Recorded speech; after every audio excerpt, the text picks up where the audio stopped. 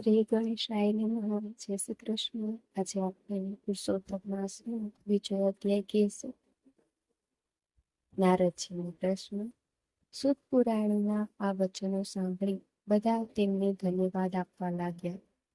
કથા કહેવામાં કુશળ એવા મહાન જ્ઞાની સૂત પુરાણી પાસેથી પોતાને કથા સાંભળવા મળશે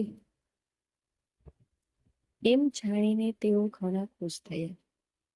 એ મુનિઓ સોનક મુનિ બોલ્યા, શ્રી વ્યાસ મુનિના આપ શિષ્ય છો. તેમની પાસેથી આપે સાંભળે કોઈ વીર કથા અમને કહો, જેનાથી અમારું ચિત્ત પવિત્ર અને પ્રસન્ન બને. આથી સૂત પુરાણે બોલ્યા, હે મુનિ શ્રેષ્ઠો, તમે ઉત્તમ હોવા છતાં મને ભગવત કથા કહેવાનું કહો છો, તો મેં શ્રી વ્યાસજીના મુખેથી જે સાંભળ્યું છે તે મુજબ હું તમને કહું છું. તેમને કથાનો આરંભ કરતા કહ્યું, બ્રહ્માજીના પુત્ર નારદજી એકવાર અલકનંદા ગંગાજીના કિનારે આવેલા. બદ્રીનારાયણ આશ્રમમાં પધાર્યા અને નારાયણને નમસ્કાર કરીને કહેવા લાગ્યા, આપ સત્ય સ્વરૂપ અને કૃપાનિધિ છો. આ સત્યના પ્રતાપે આપ જગતનું પાલન પોષણ કરી રહ્યા છો. આપ સાક્ષાત નારાયણ હોવા છતાં તપશ્ચર્યા કરી મૃત્યુલોકના માનવીઓને બોધ આપો છો. પરંતુ હજુ તેમને બોધ લાગ્યો હોય તેમ મને લાગતું નથી. હું મૃત્યુલોકથી આવું છું ત્યાં મેં બધા માનવીઓને મોહ માયાના ફસાયેલા અને અસત્ય બોલતા જોયા છે. તો આપ એવી કોઈ કથા કે વ્રત સંભળાવો કે જેથી મૃત્યુલોક મનુષ્યલોકના સર્વે માનવનું કલ્યાણ થાય. નારદજીના આવા વચન સાંભળી ભગવાન નારાયણ જગતને પવિત્ર કરે એવી કલ્યાણકારી કથા કહેવા લાગ્યા. નારદ, વૃંદાવનવાસી ગોપીચંદ વલ્લભ ભગવાન શ્રી કૃષ્ણની પવિત્ર લીલાઓનું શ્રવણ કરવાથી સંસાર અને આત્માના બધા દુઃખો કષ્ટો દૂર થાય છે. હું તમને પુરુષોત્તમ ભગવાનની પવિત્ર કથા કઈ સંભળાવું છું, તે તમે સાંભળો. આ પુરુષોત્તમ માસની કથા સાંભળવાથી દુઃખ, દારિદ્ર અને શારીરિક સંતાપો નષ્ટ થઈ જાય છે. તે મોક્ષનો અધિકાર બને છે. આથી નારદે તેમને પૂછ્યું, હે પ્રભુ, આ પુરુષોત્તમ માસ કયો માસ છે? તેનું મહાત્મ્ય શું છે? તેના અધિષ્ઠાતા દેવ કોણ છે? આ બધી બાબત વિસ્તારપૂર્વક મને કહો. સૂત પુરાણીએ આગળ કહ્યું, હે મુનિ શ્રેષ્ઠો, નારદજીનું આ નિવેદન સાંભળીને ભગવાન નારાયણે કહ્યું, હે નારદ, પુરુષોત્તમ એ એક મહિનાનું નામ છે. તેના અધિષ્ઠાતા પુરુષોત્તમ ભગવાન હોવાથી આ માસનું નામ શ્રી પુરુષોત્તમ માસ પડ્યું છે. આ માસમાં વ્રત, તપ અને દાન કરવાથી પુરુષોત્તમ ભગવાન સંતુષ્ટ થઈ અનંત ફળ આપે છે. નારદજીએ વધુ માહિતી મેળવવાના હેતુથી આગળ પૂછ્યું, કયા મહિનાને પુરુષોત્તમ માસ કહેવામાં આવે છે? આ માસમાં વ્રત, તપ અને ઉપવાસ કેવી રીતે કરવા? આ વ્રત કરનારને શું ફળ મળે? જગતમાં દુઃખોના પાર નથી, તેમાંથી તેઓને શાંતિની દિલાસો મળે તેવો સરળ ઉપાય સૂચવા વિનંતી કરો. સૂત પુરાણી આગળ બોલ્યા, હે મુનિ શ્રેષ્ઠો, નારદજીની આ વાત વિનંતી સાંભળીને ભગવાન નારાયણે મૃત્યુલોકના માનવીઓ પર કૃપા કરીને પવિત્ર પુરુષોત્તમ માસના મહાત્મ્યની કથા કહેવી શરૂ કરી. તે કથા જ તમારી સમક્ષ હું રજૂ કરીશ. શ્રી બૃહદ શારદીય પુરાણના પુરુષોત્તમ મહાત્મ્યનો શ્રી નારદજીનો પ્રશ્ન નામનો બીજો અધ્યાય સંપૂર્ણ. કથા વર વગરની વહુની કથા. એક ગામમાં બ્રાહ્મણ અને બ્રાહ્મણી રહેતા હતા. તેઓ પૈસે ટકી સુખી હતા. પોઢ ઉંમરે પહોંચ્યા હતા. બધી વાતનું તેઓને સુખ હતું, પણ એક વાતથી તેઓ દુઃખી રહેતા હતા. તે દુઃખ હતું નિસંતાનપણું. તેઓ પરણ્યા ત્યારથી સંતાન માટે વલખા મારી રહ્યા હતા, પણ ઈશ્વર તેમની સામે જોતા ન હતા. હવે ઉંમરે પહોંચ્યા પછી તેમણે સંતાનની આશા છોડી દીધી હતી. હવે તો તેઓ પ્રભુ પરાયણ ધાર્મિક કાર્યોમાં સમય ગાળતા હતા. એવામાં પવિત્ર પુરુષોત્તમ માસ આવ્યો. આથી બ્રાહ્મણ અને બ્રાહ્મણીએ પુરુષોત્તમ માસ નાહવાનો અને ધર્મ ધ્યાનમાં ગાળવાનો સંકલ્પ કર્યો. પુરુષોત્તમ માસ શરૂ થતા તેઓએ વ્રત ચાલુ કર્યું. સવારે વહેલા ઉઠી બ્રાહ્મણ અને બ્રાહ્મણી બધા સાથે નદીએ નાહવા જતા. આખો દિવસ નામ જપ કરતા અને રાતે ભૂમિ ઉપર પથારી કરી સૂઈ જતા. બ્રાહ્મણ બ્રાહ્મણી પોઢ હતા. વળી ઘરમાં કામ કરનારા કોઈ હતું નહીં, તેથી ઘરનું બધું કામકાજ બ્રાહ્મણીને જ કરવું પડતું હતું. તેઓ થાકી જતા ઉપરાંત ઘરકામમાં પુરુષોત્તમ ભગવાનની ભક્તિ કરવાનો સમય બહુ ઓછો મળતો, તેથી બ્રાહ્મણીનું દિલ દુભાતું હતું. એક દિવસ તેને વિચાર આવ્યો કે જો અમારે દીકરી હોય તો વહુ આવત, તે ઘરનું કામ કરે અને પ્રભુનું ભજન કરતા. આ વિચાર તેને બ્રાહ્મણ સમક્ષ મૂક્યો. જુઓ ને, આ તો ધર્મ ધ્યાનનો મહિમા છે અને મારો તો બધો વખત ઘરકામમાં જાય છે. ઘરમાં વહુ હોય તો કેવું સારું, એ રાંધે, ઘરકામ કરે અને આપણે નિરાતે ભગવાનનું ભજન કરીએ. બ્રાહ્મણ આ વાત સાંભળી હસવા લાગ્યો અને તે બોલ્યા, તમે જાણો છો કે આપણે દીકરો નથી, પછી વહુ ક્યાંથી આવે? બ્રાહ્મણીએ કહ્યું, હા, હું જાણું છું કે આપણને દીકરો નથી. દીકરો હોય તો વહુ આવવાની જ છે, પણ દીકરો ન હોય તો વહુ આવે એવું તેવું કઈ કરો. વગર દીકરે વહુ લાવો તો ખરા. બ્રાહ્મણીની આ વાત સાંભળી બ્રાહ્મણ મૂંઝવણ મુકાઈ ગયા. તેને કંઈક સૂઝતું ન હતું. આથી બ્રાહ્મણી બોલી, હું તમને એક માર્ગ દેખાડું. તમે બહાર ગામ ઉપડો અને કન્યા શોધી કાઢો. કન્યાના મા બાપ પૂછે તો કહી દેવાનું કે દીકરો કાશી ભણવા ગયો છે. સાથે વેદ પાઠ લેતા જાઓ અને કોઈ કન્યા આપવા તૈયાર હોય તો આ વેદ પાઠ સાથે તે કન્યાના ફેરા ફેરવી તમારી સાથે લેતા આવજો અને કહેજો કે ચોથો ફેરો અમારો દીકરો કાશીએથી આવશે ત્યારે ફેરવી લઈશું. બ્રાહ્મણ બ્રાહ્મણીની વાત સાંભળી ઢકાઈ ગયો.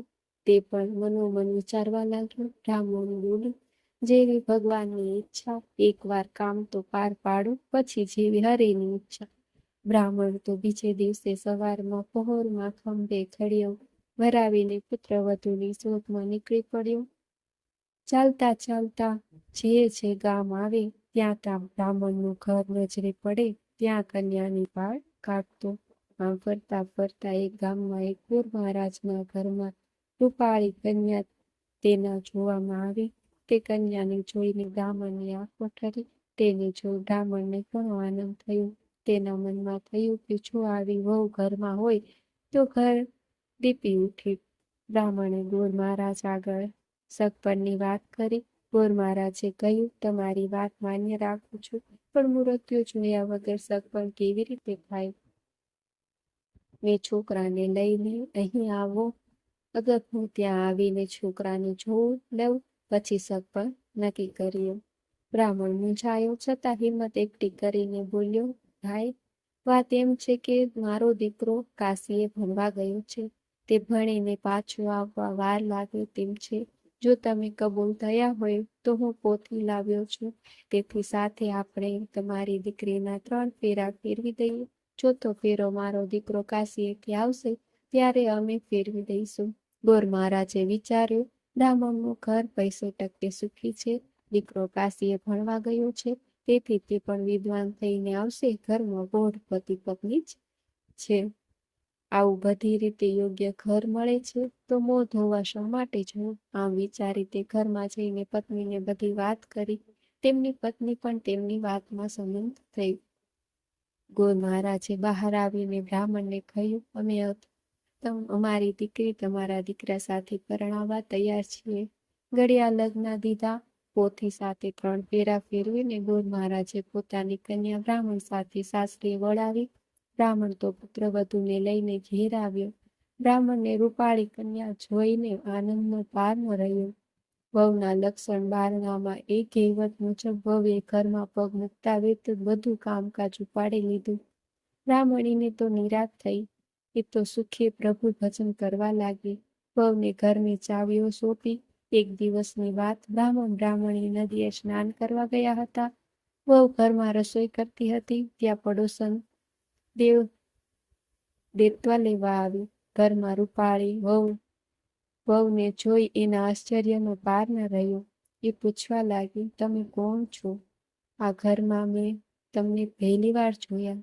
તમે બ્રાહ્મણીના કોઈ સગા થતા લાગો છો. આ તો તમને પહેલી વખત અહીં જોયા તેથી પૂછું છું. વહુ બોલી, તમને ખબર નહીં હોય કે હું આ ઘરની વહુ મારા સસરા પોતી સાથે 3 ફેરા ફેરવી અહીં મને લાવ્યા છે. મારા પતિ કાશીએથી આવશે એટલે ચોથો ફેરો કરી લઈશું. આ સાંભળ પડોશન ખડખડાટ હસવા લાગી. તે બોલી, બહેન, આ બ્રાહ્મણી કોઈ સંતાન જ નથી. તેઓ તો વાંજ્યા છે. પડોશનની વાત સાંભળી વહુનું કાળજું ચીરાઈ ગયું અને તે રડવા લાગી. થોડી વારે બ્રાહ્મણી નદીએથી નાહીને પાછા આવ્યા. વહુને રડતી જોઈ બ્રાહ્મણી પૂછવા લાગી, દીકરી, તું શા માટે રડે છે? જવાબમાં વહુએ પડોશને કહેલી વાત કહી. વહુની વાત સાંભળી બ્રાહ્મણી ચોંકી ગઈ. છતાં બ્રાહ્મણીએ હિંમત રાખી. વહુને માથે હાથ મૂકી આશ્વાસન આપતા કહ્યું, વહુ, અમે પૈસાવાળા છીએ એટલે અદેખા લોકો અમારે માટે ગમે તેમ બોલે છે. તેઓ અમારું સુખ સાંખી શકતા નથી, તેથી અમારી નિંદા કરે છે. તું જ વિચાર કરને, કોઈ દીકરા વગર વહુ લાવી ખરા? મારા 7 ઓરડા અને 3 માળવાળી હવેલીને ભોગવનારો મારો જુવાન જો દીકરો છે. વળી તે એટલો બધો રૂપાળો અને તેજસ્વી છે કે તેને જોતા જ આંખો અંજાઈ જાય. તેને જોઈને તું કહી શકે, જેણે 5 આંગળીએ ભગવાનને પૂજ્યા હોય તેવો આવો વર મળે. મારો દીકરો તો કાશીએ ભણવા ગયો છે, માટે એ ભણી ગણીને પાછો આવે ત્યાં સુધી તને એકલું ન લાગે.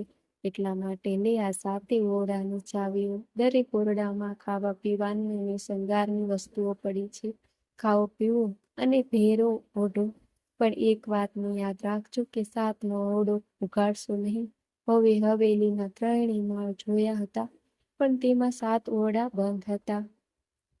તેના દરવાજાને મોટા તાળા મારેલા હતા. આથી તે વિચાર કરતી કે આ 7 ઓરડામાં એવું તે શું હશે કે બંધ જ રાખવામાં આવે છે, ક્યારેય ઉઘાડવામાં આવતા નથી.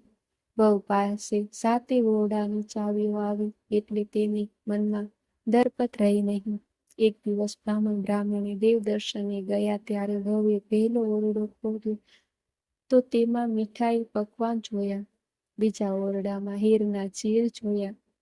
ત્રીજામાં 16 શણગારના સાધનો જોયા.